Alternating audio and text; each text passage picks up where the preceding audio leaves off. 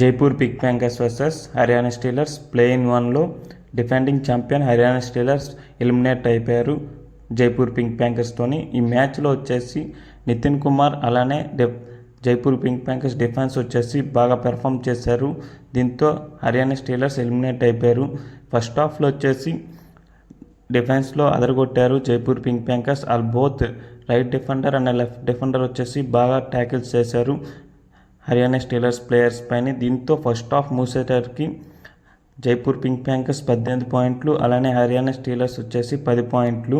ఈ ఫస్ట్ హాఫ్లో లాస్ట్ మినిట్లోనే అలీ సమాధి వచ్చేసి మంచి రైడ్ చేశాడు, కానీ సెల్ఫ్ అవుట్ అవడంతో హర్యానా స్టీలర్స్ కొద్దిగా జస్ట్ మిస్ అయ్యారు. లేకపోతే ఫస్ట్ హాఫ్లోనే లాస్ట్ మినిట్లో ఆల్అవుట్ అయ్యాల్సింది.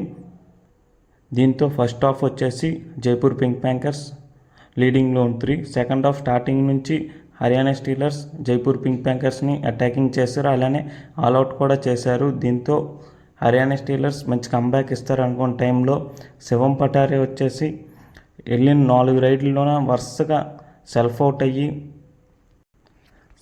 అయ్యి అలానే స్కోర్ని జైపూర్ పింక్ ప్యాంకర్స్ ముందుకి కొనసాగించారు. మెయిన్గా ఈ మ్యాచ్లో వచ్చేసి హర్యానా స్టీలర్స్ రైడింగ్లో ఏమాత్రం స్కోర్ చేయలేకపోయారు. అలానే మెయిన్గా శివం పటార్ వచ్చేసి దారుణంగా ఫెయిల్ అయ్యాడు, సెల్ఫ్ అవుట్ అయిపోయాడు 4 టైమ్స్.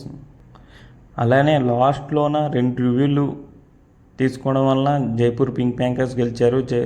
శివం పటార్ వచ్చేసి ఒక టచ్ పాయింట్ అలానే బోనస్ పాయింట్కి అప్పీల్ చేసి అంపైర్ వచ్చేసి ఒక బోనస్ పాయింట్ అలానే ఒక టచ్ పాయింట్ ఇవ్వడంతో జైపూర్ పింక్ ప్యాంకర్స్ రివ్యూ తీసుకోగానే ఆ రివ్యూ అనేది సక్సెస్ఫుల్ అయింది జైపూర్ పింక్ ప్యాంకర్స్తోని. దీంతో జైపూర్ పింక్ ప్యాంకర్స్ 3 పాయింట్లతో విన్ అయ్యారు.